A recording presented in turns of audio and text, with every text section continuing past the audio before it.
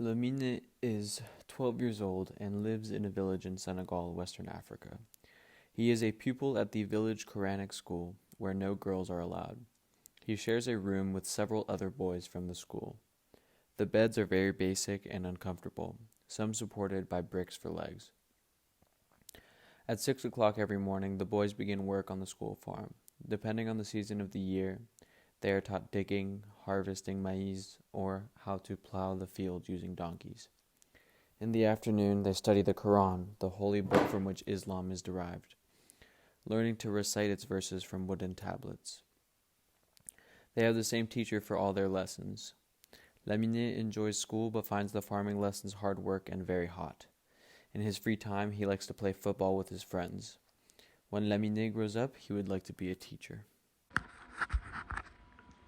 Come to find out, Lamine is one of the lucky ones. At the very least, he has dreams that are dignified for a child to have. Hello, welcome to today's video where I will be discussing the similarities between the problem of begging street children in Senegal and problems that affect Americans, such as homelessness in San Francisco and child abuse in the United States as a whole. Interspersed throughout this video will be excerpts from this book right here, Where Children Sleep by James Mollison. It is a photography book with descriptions that I will read and photos of the child and where that child sleeps. And we will be starting with Lamine here. So thanks for watching, guys.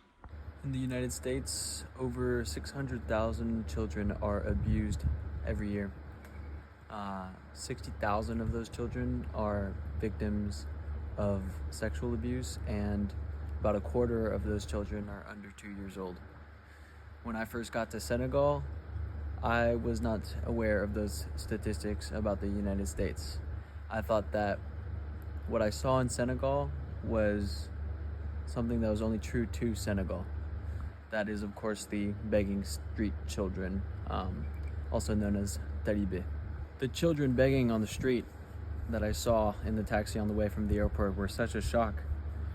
I asked myself, how could this be possible? How can a country full of adults that are not begging themselves on the street allow children to beg like this? In the faces of these kids, I saw the faces of kids who I've coached in soccer. I was a soccer coach for 5 years in San Francisco, and the talibé, they have about the same age as the kids that I've coached. They do have the same age as the kids that I've coached.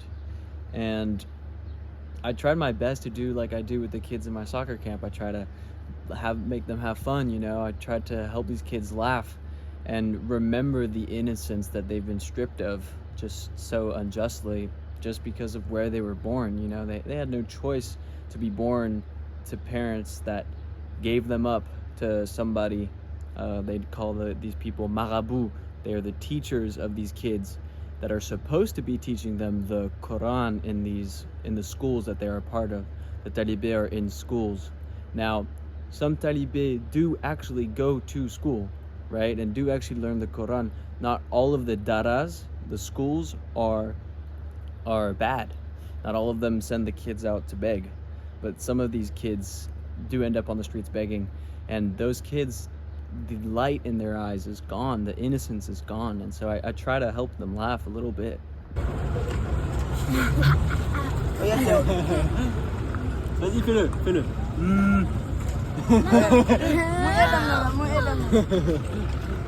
Tu as quel âge? Akjam. 6 ans. 6 ans. Whenever I caught the eye of a talibé who I had yet to befriend, my heart broke a little bit. I could see that innocence and that light that I'm talking about was gone. As I said, the innocence of a child, to me, it can be seen in the light in their eyes when they're daydreaming instead of listening to me coaching. It can be heard in their uncontrolled shrieks and laughter when they're playing the games like soccer that we play. This wasn't present in the talibé. It wasn't there unless I coaxed it with, you know, like the video you just saw, making funny faces or something like that.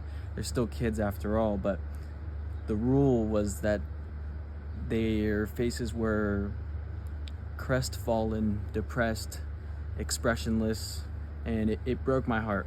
But it also made me aware that perhaps some of the kids I've coached actually had that same expression, and it wasn't so obvious because it wasn't every single kid.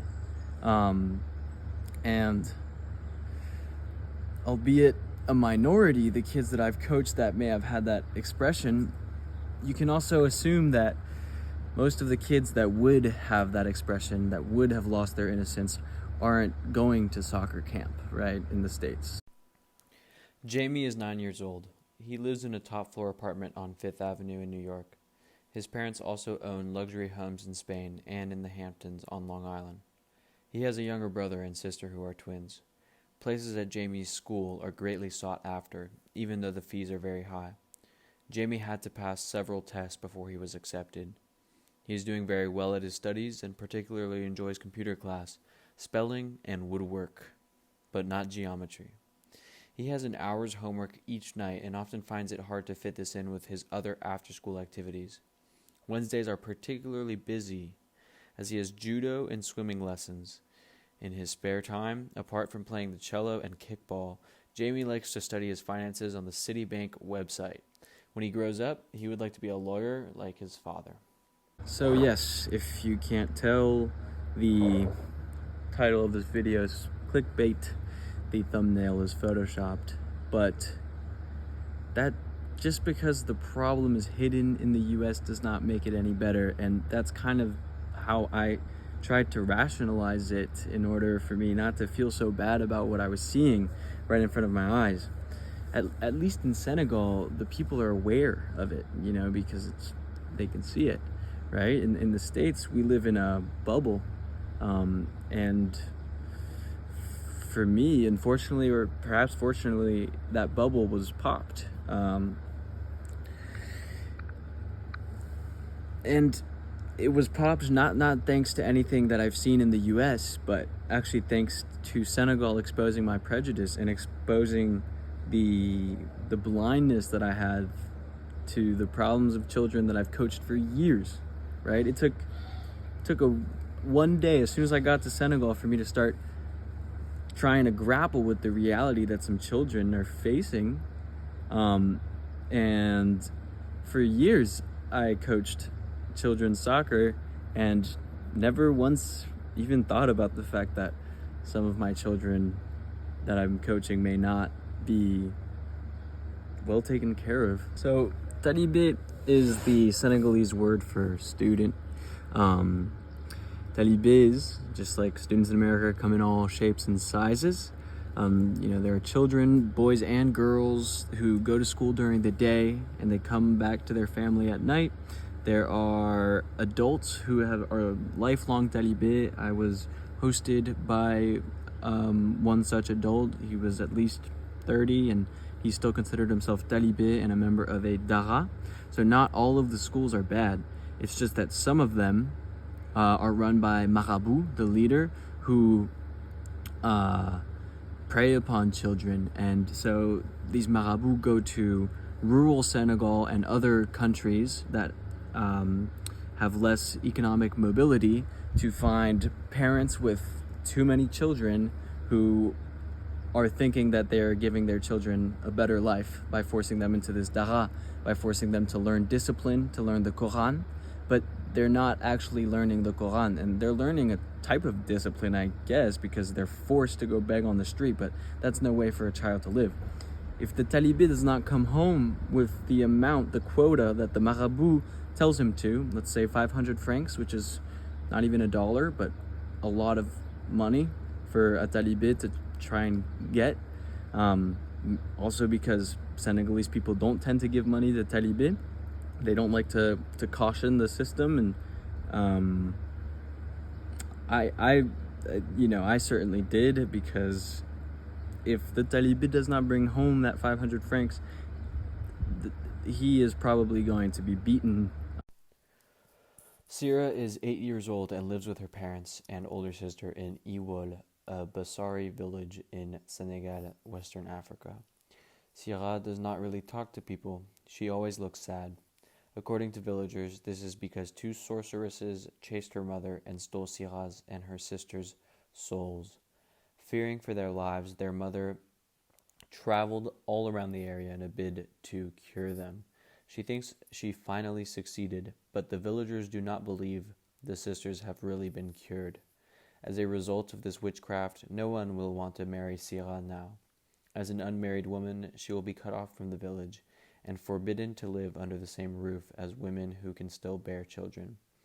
This means she cannot stay with her mother. Sira's best hope is that her grandmother will take her in. I had to switch spots. That sun was getting to me, but I'm here with the very cool Buddha hand lemon. Getting back into it though. When you ask about these talibé in Senegal, it's public knowledge that if they don't come home with the quota, they're probably getting beaten. Yet people in Senegal do not donate to these kids. People in Senegal have a view of these kids that may seem a little twisted, but actually makes sense, and we'll get into that later. But the point is, I was thinking to myself, like, how is it possible? How do you not donate to these kids if you know what's going to happen to them? And in reality, it's not any different than me walking right past homeless people every day when I live in San Francisco, right? It's not a problem of negligence, it's an acceptance of the problem. Senegalese people accept that talibé are a fact of life so that they don't have to fix it. I accept homeless people in San Francisco as a fact of San Francisco. And it's difficult to see how to do things differently. And in addition, I'm not the only one that's accepting it. Many homeless people themselves accept what is going on, and we're going to get into that as well later. Organizations, nonprofits, they're great, except for when they're corrupt. But even though they're working to solve these problems, they're gonna have a tough time to solve it if we accept the problem as a reality. No amount of money poured at reality is going to change it. People need to question their reality and take action to change it. I wish our government would step up. Like, I think that's what the government's supposed to do, is help solve these types of problems, not individuals and not the free market. But that's kind of beside the point. I don't know if it's beside the point so much, because like, why in Senegal does the government construct 50-meter tall, that's like 150 feet, bronze statues of like warriors? I'm talking about Le Monument de la Renaissance d'Afrique. Why in San Francisco are people smoking crack in front of police officers and police officers just doing nothing about it, right? Why in Senegal do people line up for what felt like kilometers, thousands of people lining up at the mosque in Touba to throw money onto the tomb of their dead prophet, when outside the mosque there are talibé all over the place begging, right?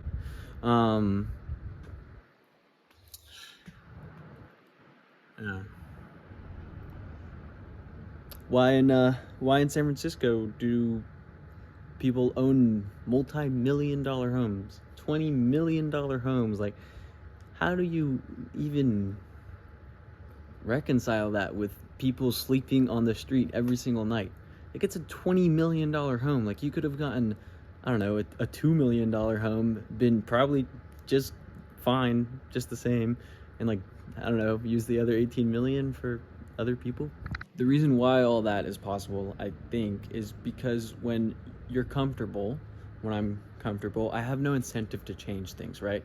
I just so happen to have won the birth lottery, where I was born in a place where you can make $200 a day delivering food, whereas in Senegal, adults struggle to make that in a month. But even in Senegal, life is relative, and some people were born into relative comfort compared to talibé. I was born in not even relative comfort, super comfort compared to homeless people, right? And so because of that, I have no incentive to change anything because I'm comfortable. Even if I say I do, even if I donate my money, even if I try my best, it requires an ideological, a perspective shift and change, a completely new way of being in the world. I have to be uncomfortable with what's going on. Roathi is 8 years old. He lives on the outskirts of Phnom Penh, Cambodia. His home sits on a huge rubbish dump, which is swarming with flies. They reuse whatever they can find. Roathi's mattress, for instance, is made from old tires. The air is thick with the stench of decomposing waste, and the ground underfoot is soft and springy. One wrong step and it gives way to a poisonous black liquid. 5,000 people live and work and pay rent here. At 6 o'clock every morning, Roathi and hundreds of other children are given a shower and some breakfast at a local charity center before they start work, scavenging through the rubbish for cans and plastic bottles, which are sold to a recycling company. Breakfast is often the only meal of the day. On one occasion, Roathi's family suffered food poisoning after eating a chicken which his brother had found on the dump.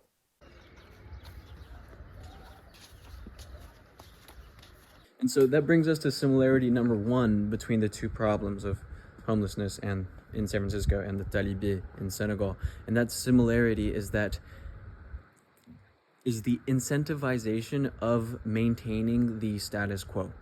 And it goes both ways. It's not only me, who is relatively on top and comfortable, who is maintaining the status quo, but also those on the bottom who are suffering, who are maintaining the status quo. So me on top, on my end, I have to actually hit rock bottom for me to want things to change. I have to go from comfortable to uncomfortable in order to want to get comfortable again, right? I cannot just go from comfortable to more comfortable, right? I can't understand the separation between what is actual uncomfort and where I'm at now without actually getting there, without actually putting myself in their shoes, putting myself into situations that make me question what I accept, which is exactly what happened in Senegal. I never thought before about child abuse, right? And, well, now I'm making a video, so. But not only am I unable to fathom change from my position of comfort because I don't know what uncomfort is like, people who have been uncomfortable their whole life, not uncomfortable, but who are at rock bottom, okay, they can't fathom change either. And the example here I would give is a man I knew in San Francisco. His name was David, and David was a homeless guy who lived in a tent right outside of my mom's house, like right. We had one street and he was on the other side where there was like a big warehouse, and then my mom's apartment was on this side. So you would walk out, you'd see David. Usually if there's a homeless guy in our street, at night he's screaming about something because he's probably high or he has like a mental health issue. And that's a nuisance, so he gets kicked out eventually. David was the complete opposite of that, the nicest guy.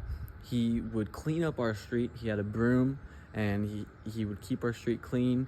Once he asked me for a bucket of warm water so he could pick up human feces, which happens a lot on our street. And I just, after a while, I was like, man, I got to do something for this guy. Like he's making my mom's apartment way more livable. So I was ready. I was going to be the savior and everything. And I was going to offer him a job working as a desk clerk. And I go up to him and I offer him the job, and he goes, no, he doesn't need the job. I wasn't expecting that. I was expecting that he would take it because he's homeless. Why would he not take the job? Then I thought about it a little bit further, and the fact of the matter is he's probably comfortable in his uncomfort. Maybe he has a drug issue and he knows he can't hold the job down, right? There's the fact of the matter is it's not only is it hard for me to go down to his level and understand what he's going through, it's hard for him to come up to where I'm at. Not that even it's up or down, but you get what I'm saying. It's hard for him to come to where I'm coming from and understand why a job may help him, or beyond that, actually be able to take the job and help himself. I'm sure he understands. He was a smart guy, but it's how it is, right?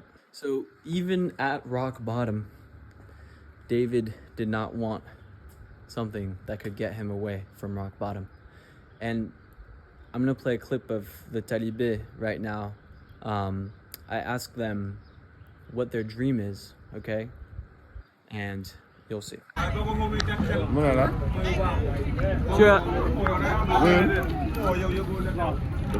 Eh mon petit, tu as quel âge? Il a dit 9 ans. 9 ans. Oui, j'ai fait un film. Dis-leur que j'ai fait un film. Et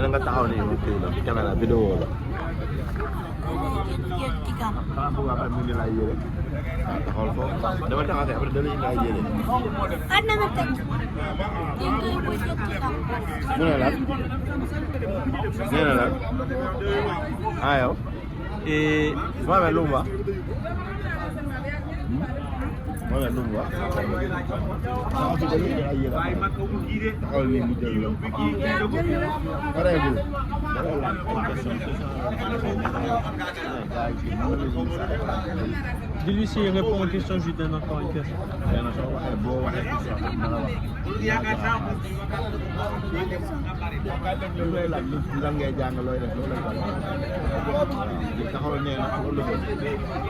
Ok. Donc, tu as quel âge? 9 ans. Lui 10 ans. Et vous, tu t'appelles comment? Ousmane. Et tu t'appelles Mohamed. Est-ce que tu as un rêve?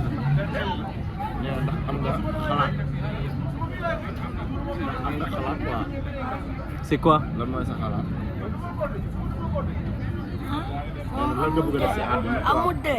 Amoudé.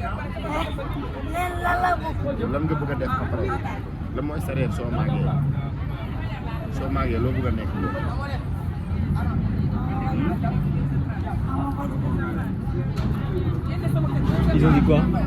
Ils ont dit quoi? Le marabout. Le marabout. So if you ask an American kid what their dream is, I can tell you for sure their answer will not be the equivalent of whatever Le Grand Marabout is in America. When I recorded that, I had not yet translated that clip with the help of my Senegalese friend, and now that I did, I realized that my translator had actually lied. The kid said he did not have any dreams, but you can just replace Le Grand Marabout with no dreams whatsoever. It's still just as depressing. The kid was like surprised I could ask him that question when it's like the first thing everybody asks a kid in America, right? So it gives you a bit of a sense of the difference. And these differences still do exist between, San Francisco and Senegal, despite me trying to show how it's not that different, how there are similarities, and that we need to treat it as our own problem. These differences still do exist. They still are tangible. Things are just relative, right? That means that things for these kids is on average much worse than things for kids in America. Most kids in America have the privilege, apparently a privilege it is to have a dream when you're a kid. And my uncle, my Senegalese uncle, would say all the time, nous, on n'a pas besoin de tout ça, on a la richesse humaine. We don't need all of that, we have the wealth of humans. And my uncle would put preference over wealth and financial wealth, like wealth as we know it in the United States or in the West, and he put preference over the familial and community wealth that Senegal had. And while that's true, the reality is that that's true for my uncle. And it's not so much true for the Taliban. With what he's saying, he's kind of able to block them out of view and thus maintain the status quo. And so we see that in order to maintain the status quo, people who are part of the status quo, who are comfortable, have a tendency to ostracize. And that leads to the similarity number 2 is, for example, when you ask somebody in San Francisco about the homeless people, or when you ask somebody in Senegal about Talibé, where do they come from? Never do they come from San Francisco, never do they come from Senegal. It's always, oh, these people come to San Francisco because the city, there's more opportunity to make money begging or to steal. And same thing for the Talibé. There's more opportunity to make money begging or to steal. They're not from here. But that's just us ostracizing them. It's just us making them less relatable, so the problem isn't ours, right? So we can maintain the status quo. You're about as likely to find a second generation San Franciscan, somebody born and raised in San Francisco and whose parents were born and raised in San Francisco, as somebody who was born and raised in San Francisco who is now homeless. The reality is that San Francisco is full of people that come from somewhere else to live and work, but we can't even share the city, right? We can't even figure out how to make things work. We have a huge homeless problem. So if we can't even share the city, how can I expect us to share the world? How can I expect us to have true compassion? Not even to mention the hidden abuse that goes on in America. It took me a long time to realize that the plight of homeless people, the plight of abused children in America, the plight of the Talibé, they're all my problem as well. Alex is 9 years old. He lives in Rio de Janeiro, Brazil. He does not go to school, but spends his time begging on the city streets. He has found that the only way he can survive is to beg or steal. He admits that he sometimes steals from old people or from drivers waiting at traffic lights. As the drivers lean their arm on the window, Alex snatches the watch from their wrists. He is addicted to sniffing glue. Most of the time he sleeps outside on an empty bench or a discarded sofa if he can find one, otherwise on the pavement. Alex is still in touch with his family and occasionally goes to see them to share a meal. In SF, the homeless people are not from here, or they should be in a mental health hospital or getting some type of health or in rehab, or they're thieves and criminals, or they're welfare leechers. In Senegal, the young Talibé, they're called thieves and criminals. People say things like, well, if their parents don't even care for them, why should we? I also heard that the petit marabout, the little leaders of the school, are to blame, not the grand marabout, the leaders of the whole religion, right? But how is that leader absolved of all responsibility? Just because his personal Talibé are well treated does not mean that he's just absolved of all responsibility of the religion that he's leading. That is his status quo, right?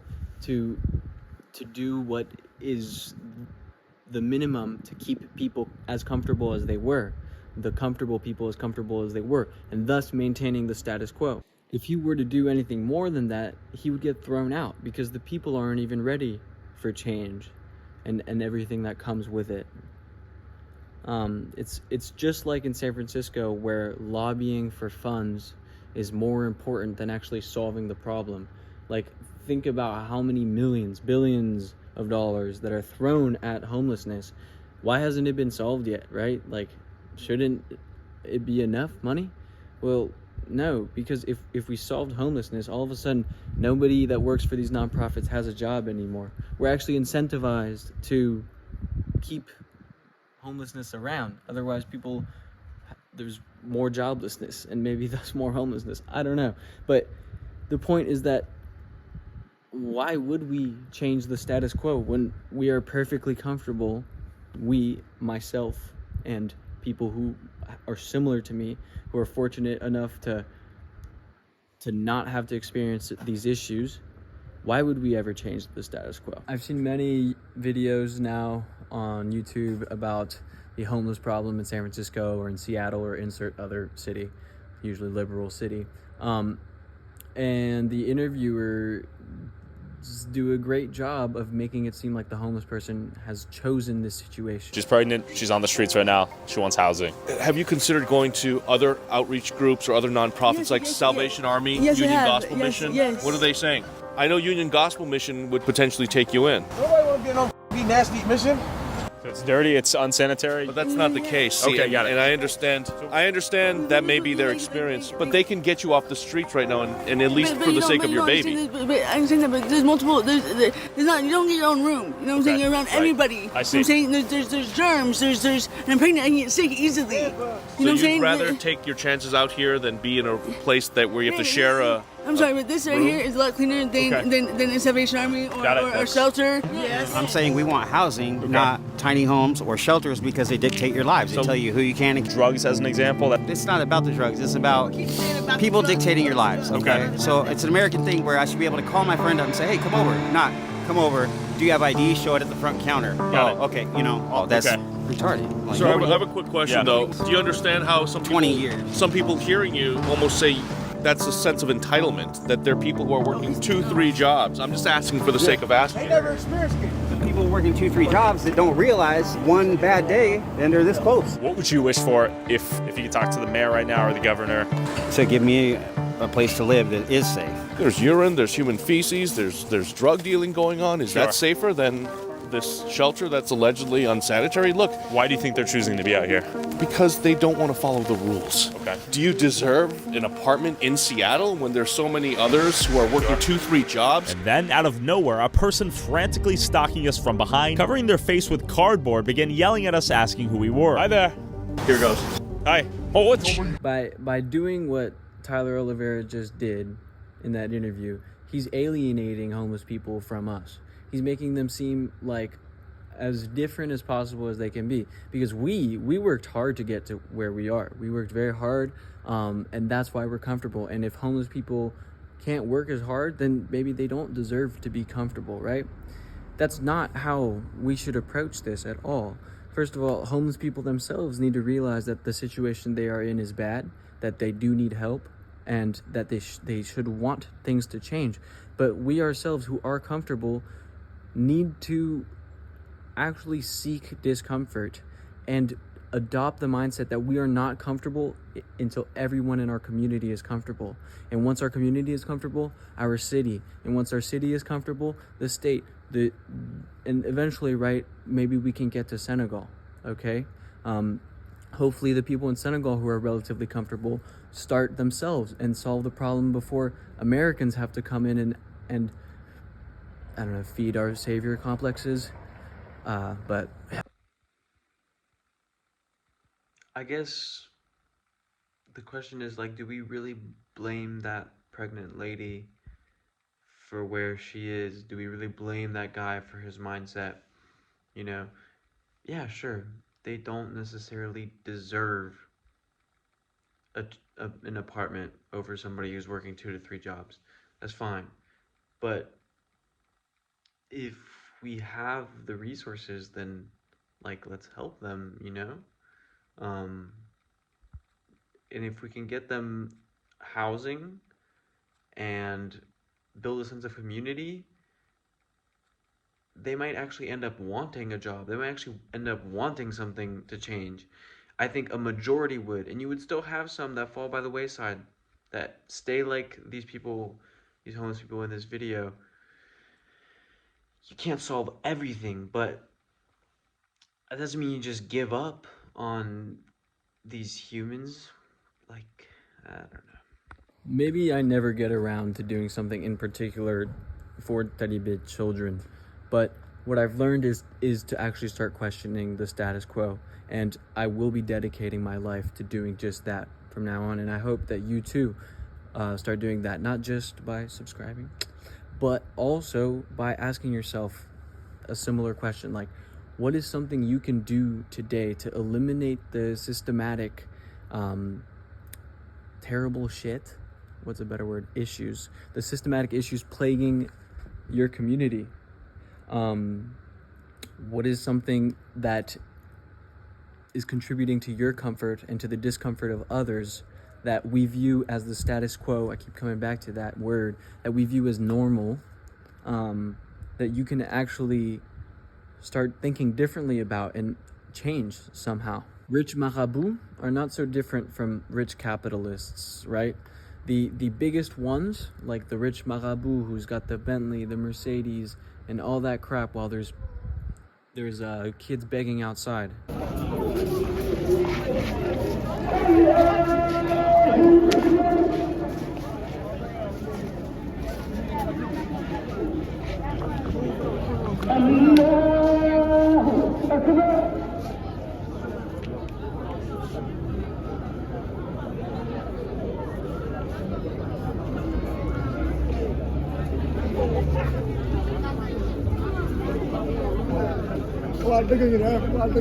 Same with the guy in his penthouse suite, while down at the bottom floor outside there's a homeless dude who's sleeping on top of a sewer grate because it's emitting a little bit of heat, right? The only reason we're able to do that is because we are content with admitting that these problems are not our fault explicitly. And okay, maybe you did nothing yourself to contribute to homelessness. You didn't fire somebody, whatever it is that would explicitly contribute to it. But until these problems are solved, and to the extent that we do nothing to solve them, we are implicitly to blame. Look, there's problems in every country. We can't just chalk it up to cultural differences, like I did, right? Oh, it's a Senegalese thing for there to be begging kids in the street. No, there's problems in every country. It's nature, it's not culture. Culture is just a small difference that we let get in the way of our similarities. And if I can start finding more similarities with the people who are uncomfortable, then maybe I can actually bring my community up. Maybe I can actually help other people, right? So suddenly, after visiting Senegal, I now know a lot more about this problem of begging children. But what do I know about what's going on in my own country? I didn't even know that 600,000 kids are abused every year. I've never even done anything to help them, right? Those things that I already did know about, like homelessness, who am I gonna blame for them? Can I blame my culture, my city? Should I blame myself? Do I blame nobody? Like, Alyssa lives with her parents in Kentucky, USA. She is an only child, but her grandmother, uncle, and orphaned cousin live close by. It is a beautiful mountainous region known as Appalachia, but one of the poorest parts of America. Their small, shabby house, heated only by a wooden stove, is falling apart. The ceiling in Alyssa's bedroom is beginning to cave in. The family would like to buy a caravan instead if they could afford it. Alyssa's mother works at McDonald's and her father works at Walmart, and everything they earn goes toward bringing up their daughter. She is lucky that her parents have jobs, even though they earn very little. Many local families are unemployed and have to rely on charity. There is a huge problem with drug misuse in the area, and 2 of Alyssa's relatives have already died from drug-related problems. Reality is that none of the above are to blame. We're all just moving towards the light. Some of us are so close that we're comfortable, while others are so far we can't even see it. But it's the people who are in between who can see the light, but who are also holding hands with those that are uncomfortable, that are going to do something to change it. Look, humans, we may rant and rave about individualism, especially in places like America, but first and foremost, we're a collective. We're born enveloped physically, not to mention physically, but also enveloped in a social and socio-cultural setting. We are born into a collective. Even anarchists have groups where they get together and talk about what it is to be an anarchist, which I don't know what the fuck that means. Even anarchists have groups where they get together and they talk about how they're going to dismantle all of the groups. Yeah, it's fucking weird, but it's the reality is that humans are actually first and foremost a collective. We're not just individuals. We can't just look out for ourselves. That's our nature. Our nature is to be members of a collective. And I'm not at all advocating for communism. That's not the point. The point is that we can live in a free capitalist society, but we don't have to have our values predicated upon individualism. It's that brings us further away from happiness. And apparently what's also in our nature is not understanding that what other cultures are going through, we are probably going through as well. Yes, child labor and begging street children do not exist in droves in America like it might in Senegal or in India. And these things do exist on a continuum, right? It's like people in India, according to my grandmother, I've never been, are actually worse off than people in Senegal. Or, you know, people in Kenya are worse off than people in Senegal. For example, why do mothers and fathers in Mauritania or Mali send their kids to Senegal? For the same reason that a Senegalese man will risk his life just to get to America. But that's for another video. So yeah, child labor is and children begging are not a part of what we see in America, but it's a part of our world. And it's just like in Senegal. I never saw someone once smoking crack. Just like in Senegal, there's no mass shootings. In Senegal, their suicide rate is half of what it is in America. Everywhere has its own problems, and yet when we see children begging, or when I saw children begging, you know, my tendency was to ostracize and say, this is Senegal's problem, not my problem. That my bubble was bursted for sure.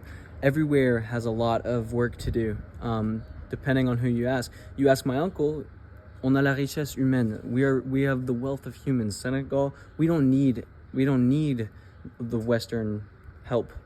You ask an IMF banker, who will tell you Senegal needs loans so that they can build infrastructure. You ask a homeless man in San Francisco how they're doing, they'll tell you they have nothing. Okay, but you ask the guy who's got a mansion and a couple sports cars and an indoor jacuzzi to boot, he's not gonna have the same perspective, right? It's on the shoulders of those who are comfortable, like myself or my Senegalese uncle, to bring up those who are not. And the only way we do that is by making their problem our own. That's all I have for this video, basically. I recommend the book True Believer by Eric Hoffer.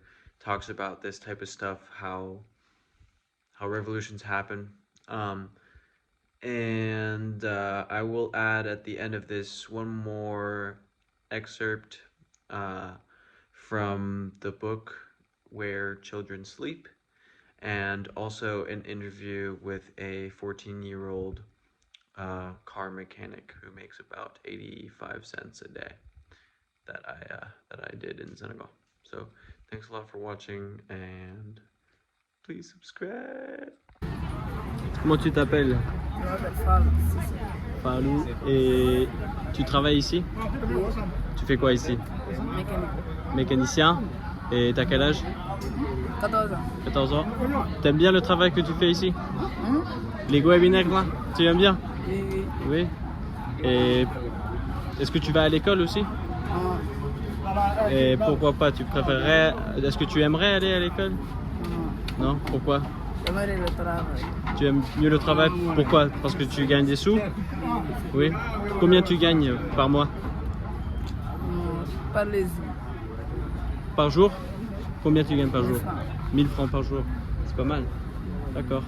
Et est-ce que tu aimerais aller en Amérique? Oui. Oui, pourquoi?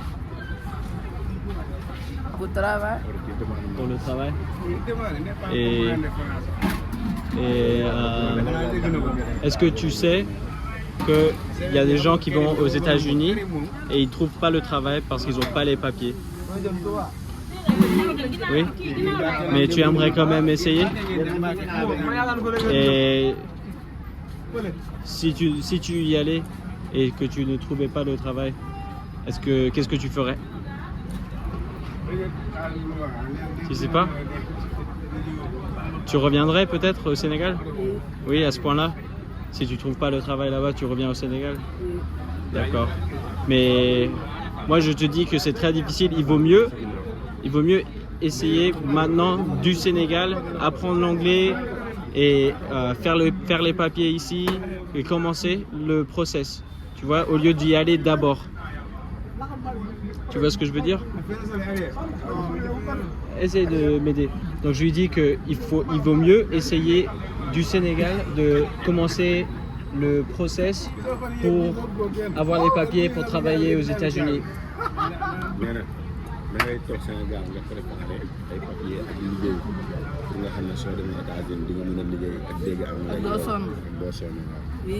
Oui. Mais est-ce que tu as déjà entendu parler des gens qui vont du Sénégal, ils vont au Mexique ou au Nicaragua et ensuite ils vont jusqu'en Amérique?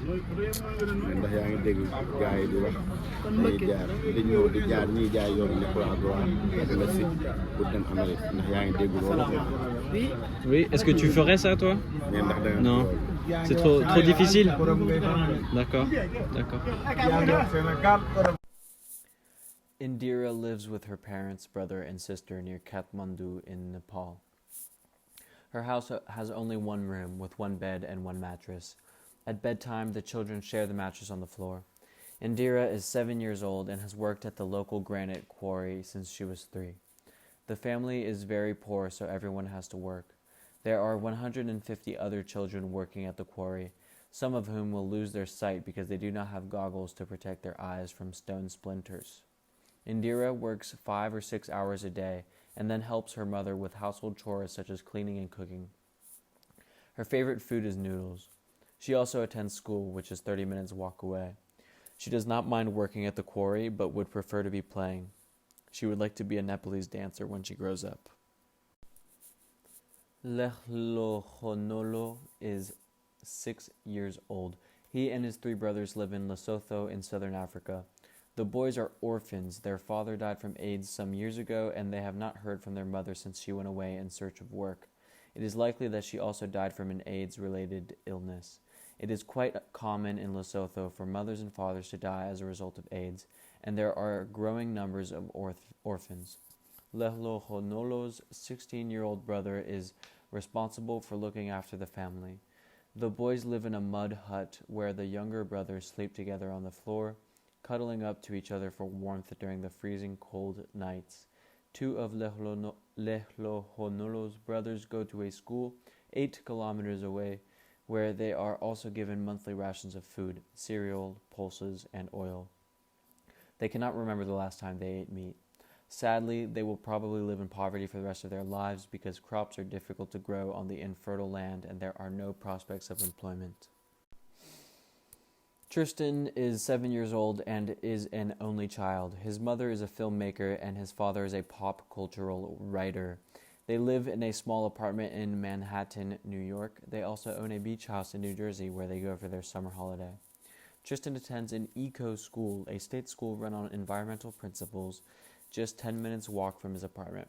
Here there are no religious holidays, only the solstices and equinoxes are celebrated. Tristan had to pass several tests before he was accepted at the school, and his parents were also interviewed. This was the 10th school he had applied to. Competition for school places is fierce in New York. He enjoys school but does not like being told to clean up after lunch. Tristan's favorite food is bacon, and he has pizza every weekend. He has an unusual ambition for when he grows up, to be a creator of marmalade. Now that's a fucking dream. That's a great dream. Marmalade creator. I remember I had a friend, he wanted to be an ice cream man when he was like 7. Yeah, that's a fucking dream. Hell yeah. Kids need that, man. Home for this 4-year-old boy and his family is a mattress in a field on the outskirts of Rome, Italy. The family came from Romania by bus after begging on the streets for enough money to pay for their tickets. €100 per adult and €80 per child. When they first arrived in Rome, they camped in a tent, but the police threw them off the site because they were trespassing on private land and did not have the correct documents. Like, this is taking, just pause for a sec. This is taking place in Italy, like, this is pretty damn Western. It's like not that far from France, where I'm half from, where I am right now as I speak. And there's shit like this happening in America. Now the families sleep together on the mattress in the open. And the point was that the cop threw them out, like the person that represents the system that exists threw them out. And it just, like, it's not fucking working. Anyways, when it rains, they hastily erect a tent and use umbrellas for shelter, hoping they will not be spotted by the police. They left Romania without identity documents or work papers, and so are unable to obtain legal employment. This boy sits by the curbside while his parents clean car windscreens at traffic lights to earn 30 to 50 cents at a time. No one from the boy's family has ever been to school. His parents cannot read or write.